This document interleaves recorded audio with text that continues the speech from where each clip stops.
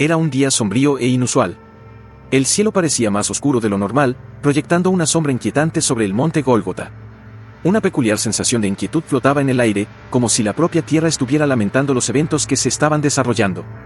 Entre la multitud de observadores reunidos para presenciar la crucifixión, se encontraba un centurión romano, un soldado endurecido por la batalla, acostumbrado a la muerte y al sufrimiento. Como líder de 100 soldados, era un hombre de disciplina y lealtad inquebrantables, condicionado a ver las ejecuciones como ejercicios rutinarios de la justicia romana. Sin embargo, en este día en particular, estaba a punto de experimentar algo extraordinario, algo que cambiaría su vida para siempre. Para el centurión, se suponía que sería solo otro día cumpliendo órdenes. Su tarea era clara: supervisar otra ejecución y asegurarse de que procediera sin interrupciones. Las crucifixiones eran comunes bajo el dominio romano, una demostración brutal y pública del poder implacable del imperio. Era su deber mantener el orden, hacer cumplir la voluntad de Roma sin emoción ni vacilación. Sin embargo, lo que este centurión aún no sabía era que el hombre colgado frente a él en la cruz no era un criminal ordinario. Este hombre cargaba no solo con las acusaciones de blasfemia de los líderes religiosos de la época, sino también con el peso del destino espiritual de toda la humanidad. El profeta Isaías había predicho siglos antes: mas él fue herido por nuestras transgresiones, molido por nuestras iniquidades, el castigo de nuestra paz fue sobre él, y por sus llagas fuimos nosotros curados. Isaías 53, 5. Sin que el centurión lo supiera, estaba en el centro de un plan divino que trascendería el tiempo y el espacio. El centurión romano era un hombre entrenado para priorizar el deber por encima de todo lo demás. Había presenciado innumerables crucifixiones, cada una más atroz que la anterior. Para él, el proceso era una necesidad sombría, un medio para mantener el orden y la autoridad romana. Sin embargo, mientras observaba los eventos de ese día fatídico, algo en esta ejecución particular le pareció profundamente diferente. El hombre llamado Jesús no actuaba como los demás condenados a morir.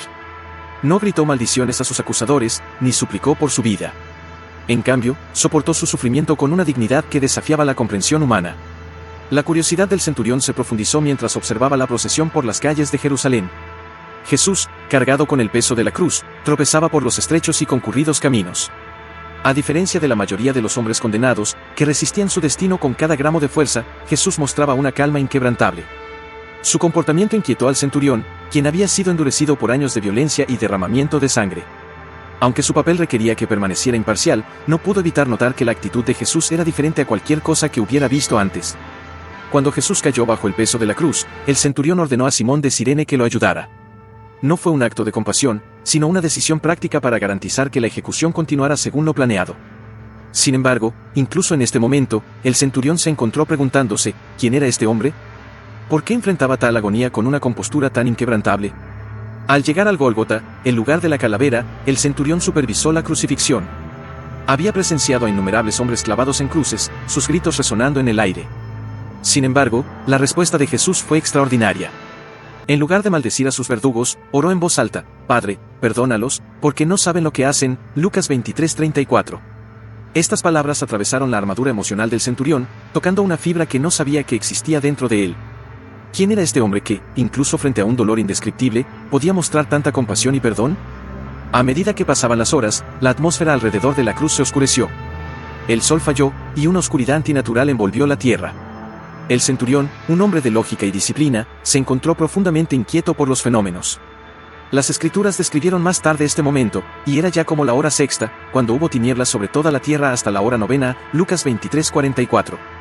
Los gritos de la multitud comenzaron a desvanecerse, reemplazados por murmullos de miedo. Algunos susurraban sobre un juicio divino, mientras que otros permanecían en silencio reverente. El centurión, aunque firme en su puesto, no pudo ignorar la abrumadora sensación de que estaba presenciando algo mucho más grande que una simple ejecución. Entonces, Jesús clamó con una voz que parecía resonar más allá del ámbito físico: Eli, Eli, lama sabachthani. Dios mío, ¿por qué me has desamparado? Mateo 27:46. El centurión quedó impactado por la emoción cruda en estas palabras.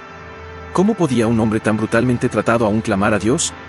¿Qué significaba este momento de abandono divino? Aunque no podía comprender completamente su significado, sintió su profunda trascendencia. Momentos después, la voz de Jesús volvió a resonar, esta vez con un tono de triunfo: consumado es. Juan 19:30. Luego, con un último aliento, dijo: Padre, en tus manos encomiendo mi espíritu. Lucas 23:46. Mientras Jesús inclinaba la cabeza y entregaba su espíritu, la propia tierra pareció responder. El suelo tembló violentamente, y las rocas se partieron. El velo del templo se rasgó en dos, de arriba abajo, un símbolo de que la barrera entre Dios y la humanidad había sido removida. Mateo 27 horas y 51 minutos. En ese momento, el corazón del centurión se conmovió profundamente. Miró a Jesús, sin vida en la cruz, y pronunció palabras que resonarían a lo largo de la historia. Verdaderamente, este era el Hijo de Dios. Mateo 27 horas y 54 minutos. Para un hombre que había pasado su vida imponiendo el poder de Roma, esta declaración fue algo totalmente transformador. Él, un soldado endurecido, ahora reconocía la naturaleza divina del hombre al que había ayudado a crucificar. El viaje del centurión no terminó en el Gólgota. Los eventos de ese día marcaron el comienzo de una profunda transformación. La cruz, que una vez fue un símbolo de muerte y opresión, se convirtió en un faro de amor, redención y esperanza. En los días que siguieron, comenzaron a circular rumores sobre un sepulcro vacío. Algunos afirmaban que el cuerpo de Jesús había sido robado, mientras que otros declaraban valientemente que él había resucitado de entre los muertos. El centurión, aunque escéptico ante los rumores, no pudo descartar lo que había presenciado. La oscuridad, el terremoto, el velo rasgado en dos y las palabras de Jesús sobre el perdón y la entrega señalaban una verdad que trascendía la comprensión humana. La resurrección de Jesús confirmó al centurión lo que su corazón ya había comenzado a creer: Jesús no era simplemente un hombre, sino el Hijo de Dios. Su vida, antes definida por la violencia y el deber hacia el imperio, ahora encontraba un nuevo significado en el mensaje de la cruz. La transformación del centurión es un testimonio del poder de la fe y del impacto perdurable del sacrificio de Cristo. La historia del centurión nos desafía a reflexionar sobre nuestras propias vidas. ¿Cómo vemos la cruz? ¿Es simplemente una reliquia histórica o es una fuerza transformadora que sigue moldeando corazones y vidas? Al igual que el centurión, estamos invitados a encontrarnos con Jesús y permitir que su sacrificio nos transforme. El apóstol Pablo escribió más tarde: «Mas Dios muestra su amor para con nosotros, en que siendo aún pecadores, Cristo murió por nosotros». Romanos 5:8. Este mensaje de gracia y redención sigue siendo tan poderoso hoy como lo fue en aquel día oscuro en el Gólgota. Que la historia del centurión nos inspire a ver la cruz no solo como un instrumento de muerte, sino como un testimonio vivo del amor ilimitado de Dios. Como Él, que podamos declarar con convicción: verdaderamente, este era el Hijo de Dios, y que esta verdad guíe nuestras vidas, transformándonos desde dentro. El día estaba nublado, los cielos pesados con una oscuridad que parecía casi antinatural, como si los mismos cielos estuvieran de luto. Un aire tenso flotaba sobre el monte Gólgota, el lugar de la calavera, donde se llevaría a cabo la ejecución de 3 hombres. Entre la multitud reunida para presenciar este evento sombrío, se encontraba un hombre diferente a los demás. No era un espectador, ni un miembro de la familia en duelo. Este hombre era un centurión romano, un soldado de alto rango, endurecido por innumerables batallas y acostumbrado a las brutalidades de su deber. Como comandante de 100 soldados, sus responsabilidades eran claras: garantizar que la crucifixión se llevara a cabo sin interrupciones. Para él, esta era solo otra ejecución, otro día al servicio del imperio, otra demostración de la autoridad implacable de Roma. Sin embargo, sin que él lo supiera, este día sería diferente a cualquier otro que hubiera experimentado antes. Lo que el centurión no podía haber anticipado era que el hombre colgado en la cruz central no era un criminal ordinario. Cargaba acusaciones de blasfemia de los líderes religiosos, pero su verdadero peso era mucho mayor. Este hombre llevaba sobre sí el peso del pecado del mundo, su culpa colectiva y su esperanza eterna. El profeta Isaías había predicho este momento siglos antes: «Mas él fue herido por nuestras transgresiones, molido por nuestras iniquidades, que el castigo de nuestra paz fue sobre él, y por sus llagas fuimos nosotros curados». Isaías 53, 5. A medida que los eventos de ese día se desarrollaban, el centurión experimentaría una transformación que redefiniría su comprensión de la fe, el deber y la vida misma. El centurión romano, como todos los soldados del imperio, fue entrenado para suprimir las emociones, priorizar el deber por encima de todo y liderar con disciplina inquebrantable. Su lealtad al imperio y sus leyes era inquebrantable. Había presenciado innumerables muertes, muchas de ellas atroces, y había orquestado numerosas ejecuciones. La crucifixión, en particular, era un método que conocía bien, una muerte lenta y agonizante reservada para los criminales y rebeldes más despreciados. Pero ese viernes se sentía diferente. Mientras observaba a los prisioneros, particularmente al hombre llamado Jesús de Nazaret, algo se agitaba dentro de él, una sensación de inquietud, de algo extraordinario. Jesús era diferente de los demás. No maldecía su destino ni lanzaba insultos a sus verdugos. No suplicaba misericordia ni resistía su sentencia. En cambio, mostraba una calma dignidad que inquietaba al centurión. Más temprano esa mañana, en el pretorio, el centurión había observado cómo los soldados se burlaban de Jesús. Le colocaron una corona de espinas en la cabeza, lo golpearon y se burlaron de él diciendo: «Salve, Rey de los judíos». Mateo 27 horas y 29 minutos. Esta burla no era inusual, que era parte del ritual de humillación infligido a los condenados a muerte. Sin embargo, la respuesta de Jesús no era nada típica.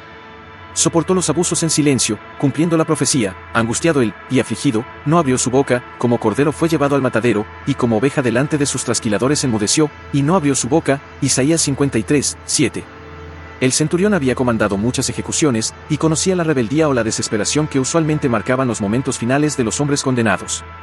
Pero mientras Jesús cargaba su cruz por las concurridas calles de Jerusalén, tambaleándose bajo su peso, no había rebeldía en su comportamiento, solo determinación. Cuando Jesús ya no pudo cargar la cruz, el centurión ordenó a Simón de Cirene que lo asistiera, una decisión nacida no de compasión, sino de practicidad. Sin embargo, incluso en este acto, el soldado comenzó a preguntarse sobre el hombre cuya calma desafiaba toda lógica. ¿Quién es este hombre?, pensó. ¿Por qué soporta con tanta dignidad?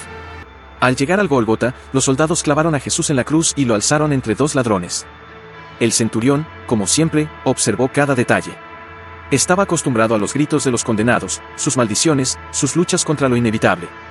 Pero Jesús hizo algo que ningún prisionero había hecho jamás en su presencia: oró. Padre, perdónalos, porque no saben lo que hacen. Lucas 23:34. Estas palabras eran diferentes a todo lo que el centurión había escuchado antes. ¿Perdón? ¿Para los mismos hombres que estaban clavando los clavos en su carne? ¿Para la multitud que lo burlaba? ¿Para los soldados que echaban suertes por sus vestiduras? Era un nivel de compasión que atravesó el endurecido corazón del centurión. A medida que pasaban las horas, una oscuridad antinatural cayó sobre la tierra.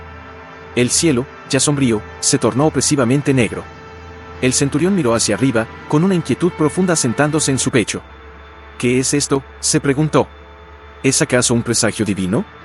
El Evangelio de Lucas registra este momento. Era ya como la hora sexta, cuando hubo tinieblas sobre toda la tierra hasta la hora novena. Lucas 23:44. El aire se tornó pesado con un silencio inquietante, roto solo por los murmullos de la multitud. Algunos comenzaron a susurrar sobre un juicio divino. El centurión, aunque no era un hombre propenso a la superstición, no pudo sacudirse la sensación de que estaba presenciando algo mucho más grande que una ejecución. Entonces vino la voz de Jesús, un clamor que parecía reverberar por los cielos: Eli, Eli, lama sabachthani. Dios mío, ¿por qué me has desamparado? Mateo 27:46. El pecho del centurión se tensó al oír estas palabras. ¿Qué significaban? ¿Cómo podía un hombre, abandonado y muriendo, clamar a Dios con tanta intensidad? Cerca del final, Jesús habló una vez más, esta vez con una voz de triunfo y rendición: consumado es. Juan 19:30. Y finalmente: Padre, en tus manos encomiendo mi espíritu. Lucas 23:46. Con estas palabras, Jesús inclinó la cabeza y entregó su espíritu. En ese momento, la misma tierra pareció convulsionarse. El suelo tembló violentamente, y las rocas se partieron. El Evangelio de Mateo describe la escena: y aquí, el velo del templo se rasgó en dos, de arriba a abajo, y la tierra tembló, y las rocas se partieron. Mateo 27:51. Para el centurión, el terremoto no fue solo un evento físico, fue una confirmación de lo que su corazón comenzaba a creer. Mientras miraba el cuerpo sin vida de Jesús, una realización abrumadora lo envolvió.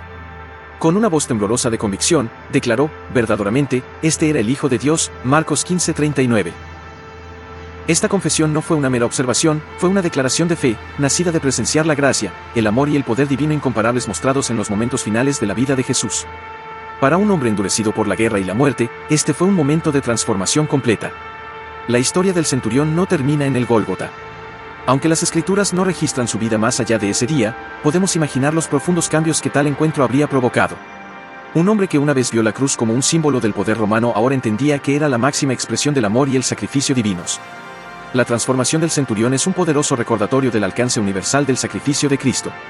Ningún corazón está demasiado endurecido, ninguna vida demasiado sumida en la oscuridad, para que la luz de la cruz no pueda atravesar.